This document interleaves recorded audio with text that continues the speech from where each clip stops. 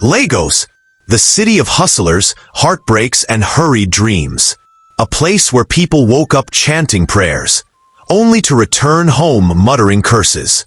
And in the heart of it all, towering above the chaos, stood a skyscraper with glass walls that glistened like a jewel under the sun. Inside that tower ruled Adanna Okeke. Welcome to Nigerian's Folktales, home of dramatic, funny, educating, and touching stories. Please like, share, comment, and subscribe to join the family today. Let's know where you are watching from in the comments section. She was not just rich. She was the kind of rich that made traffic wardens salute her convoy from 2 streets away. Her life was polished, her walk was deliberate, and her voice carried the kind of authority that could silence even a generator at full blast. Adanna was power in high heels. This Monday morning, her staff were already trembling before she even arrived. One cleaner whispered, "God, a beg make she no notice the stain for that window oh. Nah so she sacked Chike last week." Another muttered, "If she shout for me again today, I go resign. This work no worth hypertension." But none of them resigned. Because in Lagos, better wicked boss than no boss at all. At exactly 8:30 a.m., the elevator pinged. Her stiletto heels announced her arrival before her face did. Adanna stepped out tall, glowing in a silk cream suit that probably cost more than 3 staff salaries combined. Her designer bag dangled from her arm, as if it was born there. "Good morning, madam," her secretary stammered. She didn't look up. "If you were efficient, you would have emailed me the report yesterday. Don't bore me with greetings." The poor woman almost melted. By noon, she was in the boardroom with 10 executives. Grown men with bellies big enough to suggest they had eaten more than their share of Nigeria's jollof rice. Yet, in front of Adanna, they looked like schoolboys awaiting flogging. One of them, a bald man in a navy suit, tried to impress her with a PowerPoint slide. "Madam, as you can see, our projections for Q2 show that..." Adanna's cold eyes cut him mid-sentence. "Projections? On this nonsense? Even my gateman can draw better graphs than this. Are you an executive or a primary school pupil?" The man swallowed his saliva, his forehead glistening with sweat. Another brave soul tried to defend him. "With all due respect, madam, the data was..." Adanna slammed her Mont Blanc pen on the table. "With all due respect, you should be quiet before I send both of you to work under my driver. At least he knows how to drive results." Silence. The room froze. She stood, gathered her notes, and walked out with the elegance of a queen who didn't need subjects to clap for her. Behind her, the executives exhaled collectively as though they had been underwater. But what no one knew, what Adanna herself would never admit, was that after every conquest, after every humiliation she dished out, she felt empty. That evening, as was her custom, she drove her black G-Wagon down to Ajos Adiagun Street. The 5-star restaurant glimmered with fairy lights and chandeliers that could blind a passerby. Other wealthy patrons entered with laughter and partners. Adanna entered alone. The waiter scrambled. Her usual table outside had already been polished thrice before she arrived. The chef had already marinated her grilled fish the way she liked it. Tender, spicy, and arrogant like her soul. She sat, crossed her legs, and adjusted her diamond earrings. She didn't smile at anyone.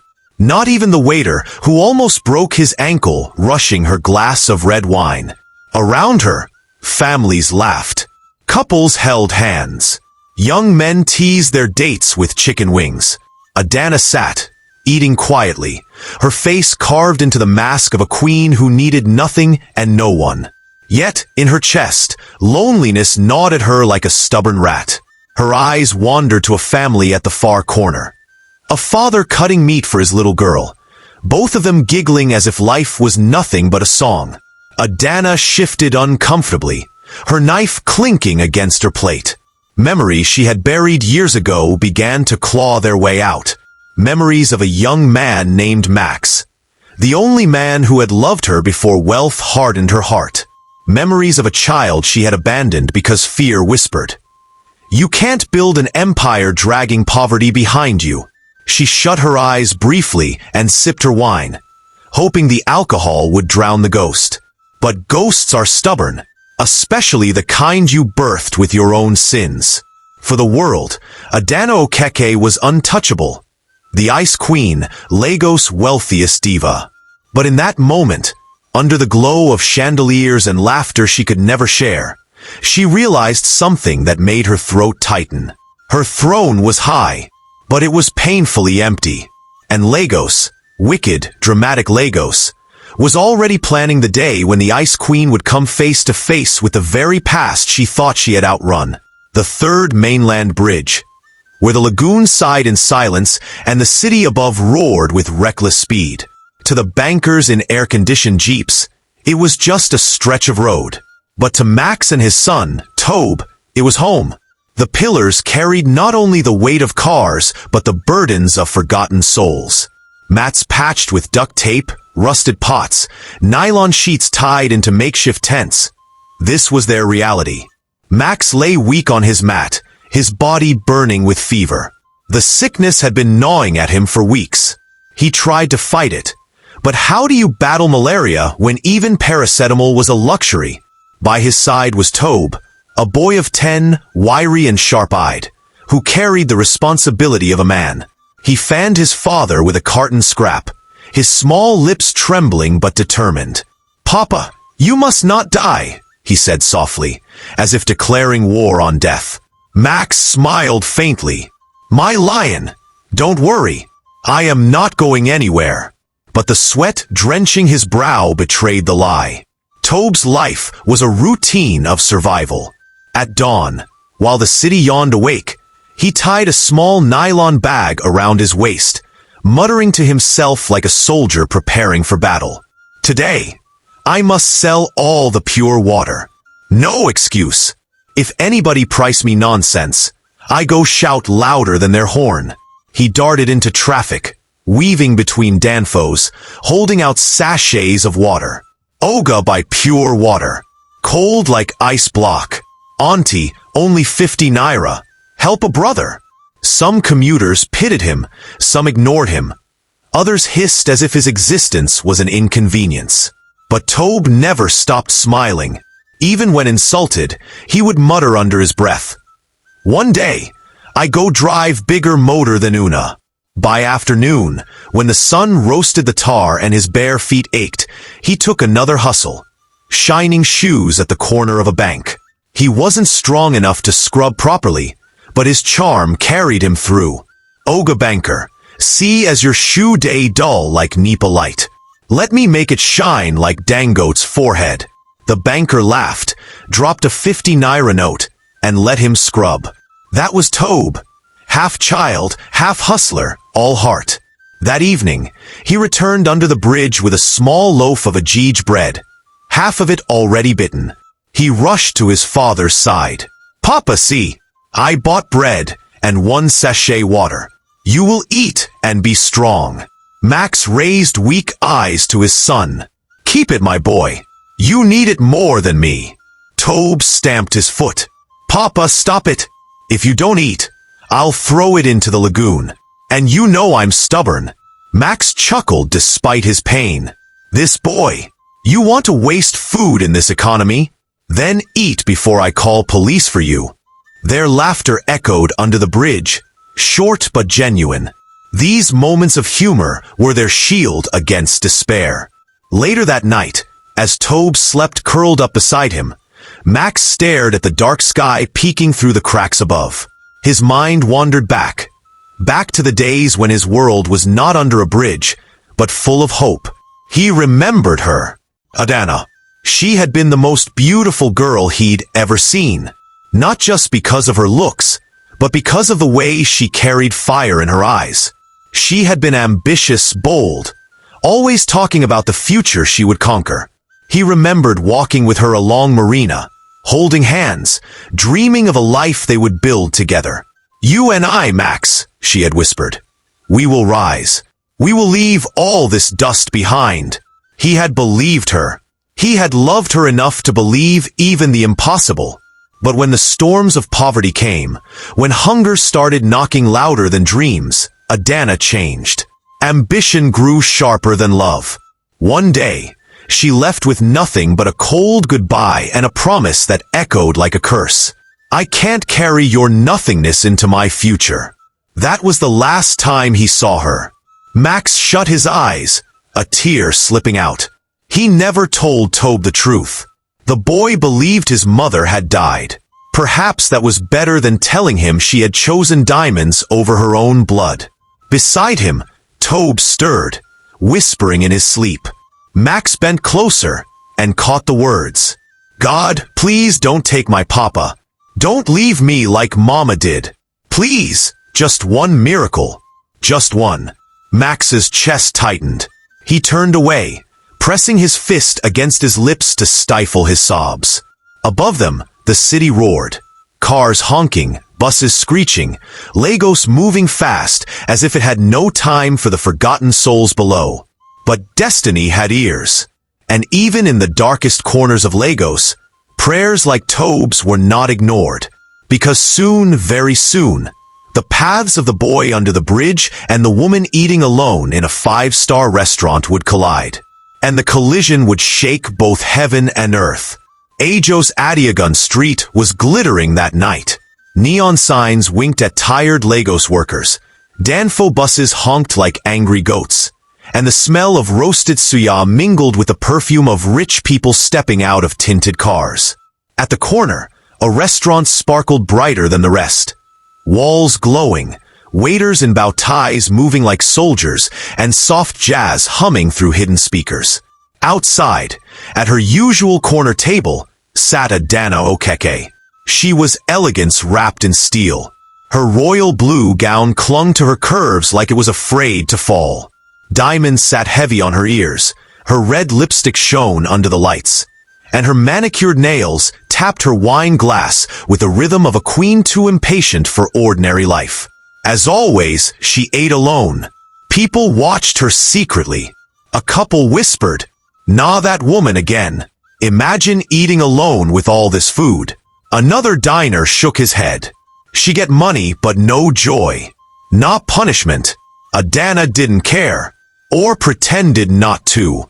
She sliced her grilled fish delicately, sipping her wine like she was punishing the world for breathing too loud. Then came a small voice. "Excuse me, auntie." She looked up sharply, brows furrowed. Standing before her was a barefoot boy, skinny clothes torn, face smeared with dust, but eyes burning with something fierce. "Tobe." Adanna's lips curled. What is this?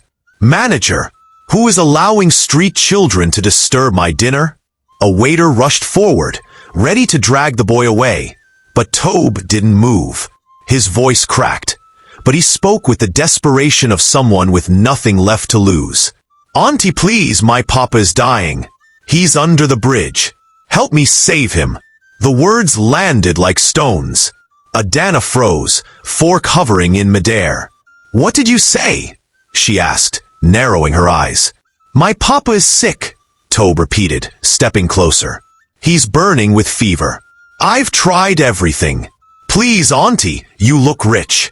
You can help." The waiter scoffed. One muttered, "These children's sabi lie well. Another hissed, "Madam, ignore am. Nah, their work." Adanna waved them off.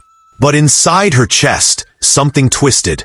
The boy's eyes, those eyes, felt too familiar. Still, her pride barked. "Little boy, do I look like a hospital? Go and beg someone else." But Tobe's voice didn't waver. He clasped his hands tightly. "If you don't come, he will die tonight. Please." And then, silence. For the first time in years, the Ice Queen didn't know what to say. Her wine glass trembled slightly in her hand. "Why does this boy look like—" She pushed the thought away, shaking her head. Yet, against every ounce of her arrogance, she stood. "Fine. Show me. But if you are lying—" "I'm not lying," Tobe snapped, eyes flashing. Come quickly! He grabbed her hand with his dusty one. Her first instinct was to yank it back. But she didn't. Instead, she let him pull her out of the glowing restaurant, past shocked diners whispering, past waiters staring with wide eyes. Adanna stumbled after him as he darted into the street. Her heels clicked on the pavement. Slow down! Do you know how much these shoes cost? Louboutins are not made for galloping like goat. Tobe glanced back, unfazed. If your shoe is too slow, remove it. My papa doesn't have time for fashion. Adanna gasped, scandalized. You dare talk to me like that? The boy shrugged. If you don't want to help, go back and eat your fish. Somebody else will save him. That pierced her chest. She tightened her grip on her gown and followed. Cars honked angrily as they crossed. Adanna screeched. Small boy, do you want me to die before I even reach your papa? If you die, it means God didn't send you. Tobe replied simply, his small legs pumping forward. But if you live, it means you're meant to help us. Adanna stopped for a split second, stunned. Who talks like this at 10 years old? This wasn't a child. This was destiny speaking. She picked up speed. Dust smeared her gown. Her perfume lost its battle against the stench of the streets. And for the first time in decades, Adanna Okeke, the Ice Queen, was dragged by fate into a world she had long abandoned. As they neared the shadows of the bridge, Tobe suddenly turned. His voice softened. Auntie, you remind me of somebody. I don't know who, but you feel familiar. Adanna's throat tightened. She wanted to ask, Who? Who do I remind you of? But she swallowed the question. Her pride was still wrestling with her fear. Instead, she said, Boy, if this is a trick, I swear. It's not, he cut in, voice trembling now. You will see.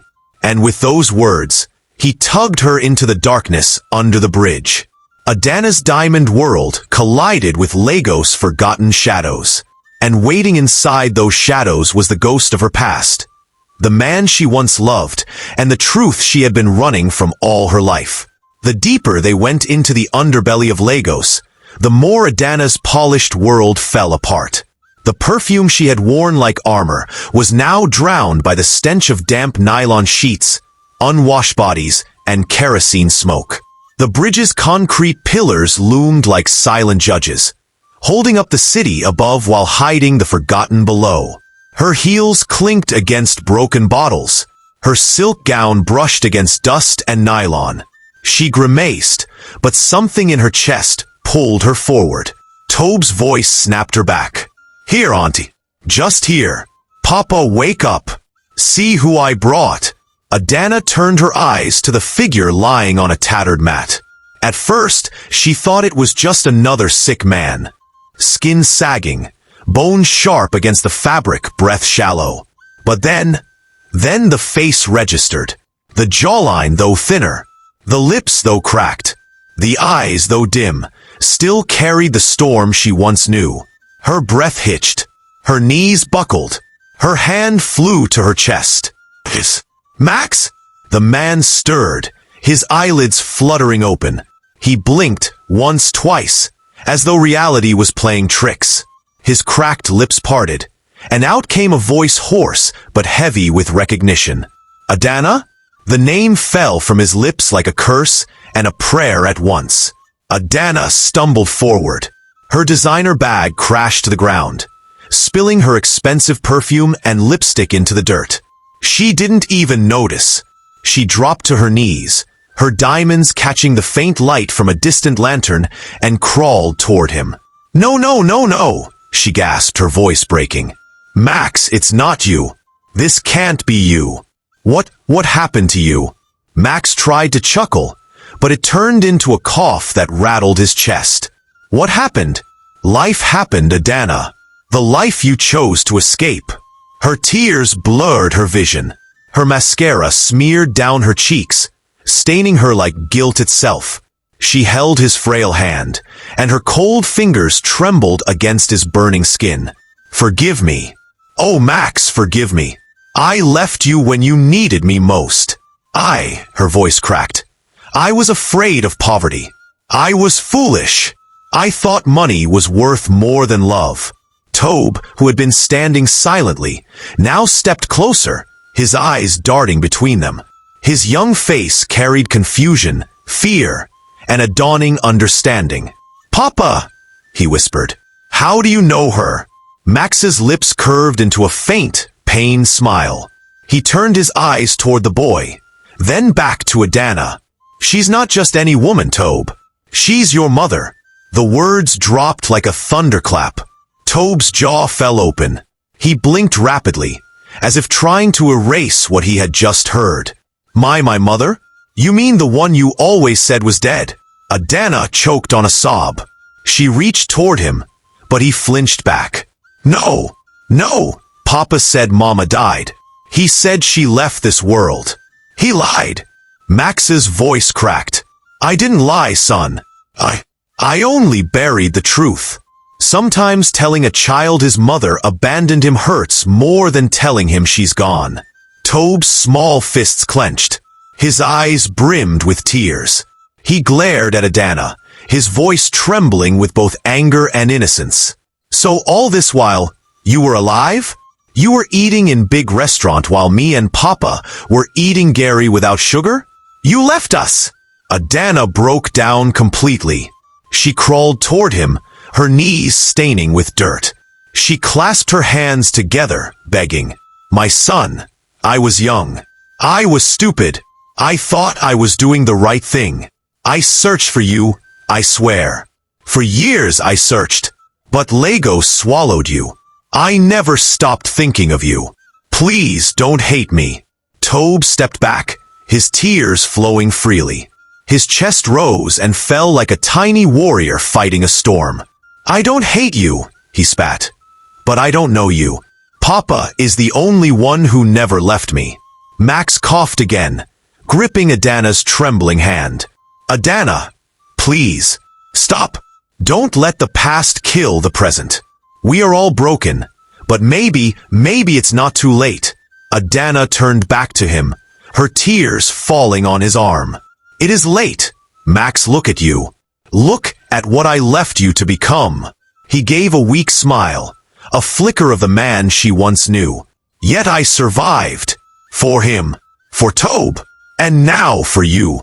Adanna sobbed, clutching both of them, though Tobe's body was stiff in her embrace. Her diamonds clinked against the boy's rough skin, a cruel reminder of the worlds that had been torn apart. Around them, other homeless souls watched in silence. A woman frying akara wiped her eyes with her wrapper. A man shook his head. Even in the shadows, love's drama was contagious. And in that moment, the Ice Queen's empire melted, her arrogance scattered like dust. She was no longer billionaire Adanna Okeke. She was just a broken woman, kneeling in the dirt, holding the man she betrayed and the son she abandoned. Above them, cars roared across the bridge, indifferent to the miracle unfolding below. But heaven was not indifferent. Heaven was watching, because this was not an ending. It was the beginning of redemption. The hospital ward smelled of dental, fresh sheets, and second chances. The hum of air conditioning battled with the faint coughs of patients down the hall. In the VIP corner, all eyes were on one bed. Not because the man lying there was a celebrity, but because of the woman kneeling beside him. Adanna Okeke. Yes, that Adanna. The billionaire Ice Queen whose name alone could make grown men sweat in boardrooms. Yet here she was, mascara ruined, designer scarf tied carelessly around her head. Her knees pressed against the cold tiled floor as she clutched Max's hands like a beggar. The nurses whispered from afar. Is that really Madame Okeke? Ah, the world is turning. See tears on her face. Money no day by peace true. Adanna didn't hear them. Her voice trembled as she spoke. Max, I can't undo what I did. I left you. I left our baby. But I never had a day of peace. Not one. Every night I saw your face. Every morning I heard a baby's cry that wasn't there. Forgive me, please. Max, frail but alive, squeezed her hand weakly. His lips curved into a sad smile. Adanna, life punished us enough. I can't keep punishing you. I forgave you a long time ago, but the one who must forgive you most is him. His eyes drifted to Tobe. The boy sat stiff in a plastic chair, arms folded across his chest like a tiny judge. He looked at her with a mixture of anger and curiosity, his eyes too old for his age. Adanna turned to him slowly. Her voice broke. Tobe, my son, I don't deserve you, but if you let me, I will spend the rest of my life proving I'm worthy to be called your mother. Tobe sniffled, but his chin jutted out stubbornly. Words are cheap. You're rich, but words are still cheap. Prove it. The room fell silent. Max chuckled weakly. This boy, he is mine, but his tongue is yours. Sharp. Even Adanna managed a watery laugh. She nodded quickly. I will prove it. Every single day.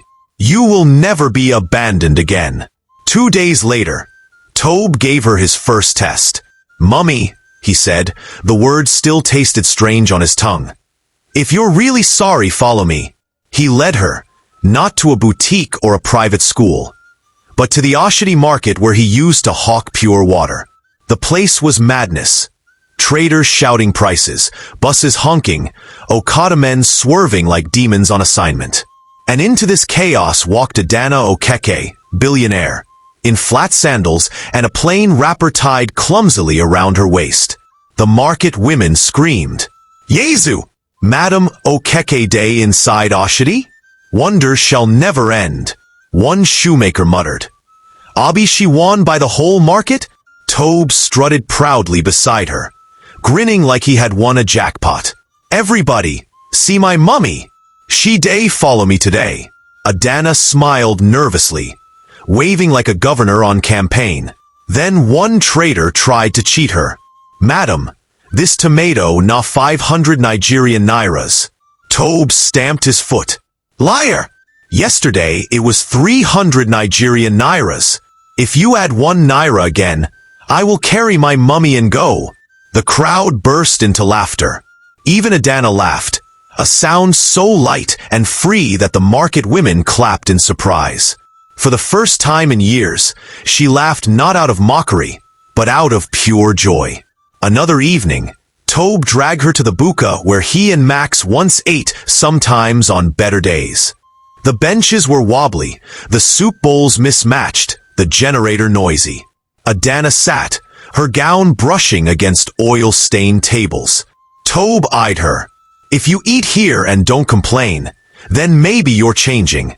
She dipped her spoon into the smoky jollof rice, blew gently, and took a bite. Her eyes widened. This is delicious. The buka owner almost fainted. Yezu! Madam Okeke, praising my food. Adanna laughed.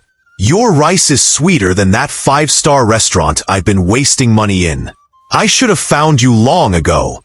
Max chuckled from his seat, shaking his head. See how life humbles even queens. Tobe grinned. Okay, you passed that test. Word spread fast in Lagos. Have you heard? Madam Okeke donated 50 million Nigerian nairas to the orphanage. Is that not the same woman who once fired her maid for spilling tea? Not true. She has changed, wonders. Her staff saw it too. She raised salaries. She greeted cleaners. She even smiled at her driver. One morning, when a junior accountant stammered nervously during a meeting, Adanna surprised everyone by saying, Relax. Even Dangote started small. The man nearly fainted.